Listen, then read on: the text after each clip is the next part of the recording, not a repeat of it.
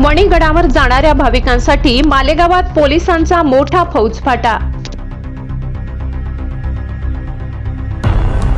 उद्या खानदेशातून मालेगावात येणाऱ्या देवीच्या मानाच्या रथाच्या पार्श्वभूमीवर बंदोबस्त। शहरात 280 होमगार्ड, FSRP प्लाटून, 378 पोलीस अंमलदार, 42 पोलीस अधिकारी, त्यासोबत RTO टीम, महामार्ग वाहतूक शाखा व स्थानिक पोलीस असा फौजफाटा तैनात। शहरातील मुख्य ठिकाणी CCTV कॅमेऱ्यांची नजर। आद्य शक्तीपीठ नाशिकच्या वणी सप्तशृंगी गडावर लाखो भाविक पायी जात नतमस्तक होत असतात। खानदेशातून मोठ्या संख्येने भाविक मालेगाव मार्गे वणी गडावर पायी जात असतात।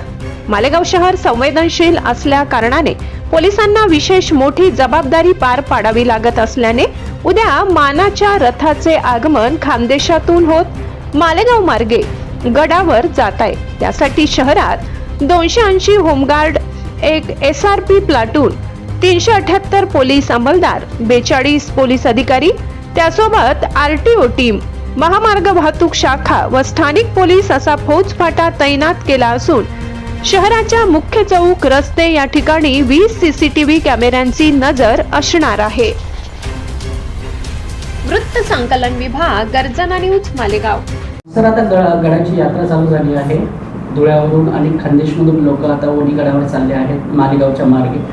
तर काय पोलिसांचा बंदोबस्त, काय तयारी त्याच्यासाठी? सप्तशृंगी माता वणीगडवर जाण्यासाठी भाविकांची सुरुवात मालेगावातून झालेली आहेत। याच्यामध्ये खानदेशातून खूप भाविक मालेगावातून सप्तशृंगी वणीगडवर जाणार आहेत आणि 29 तारीखला मानाचा रथ मालेगावातून वणीगडवर जाणार आहेत।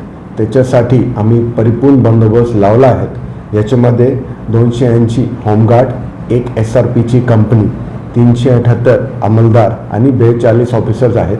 त्याच्यासोबत RTOची टीम्स, हायवे सेफ्टीची टीम्स आणि आमचे स्थानिक पोलिसांची टीम्स राहील, जे ट्रॅफिकचं नियोजन आणि इतर बंदोबस्तचे जे काही पार्ट्स आहेत त्यांना बघतील।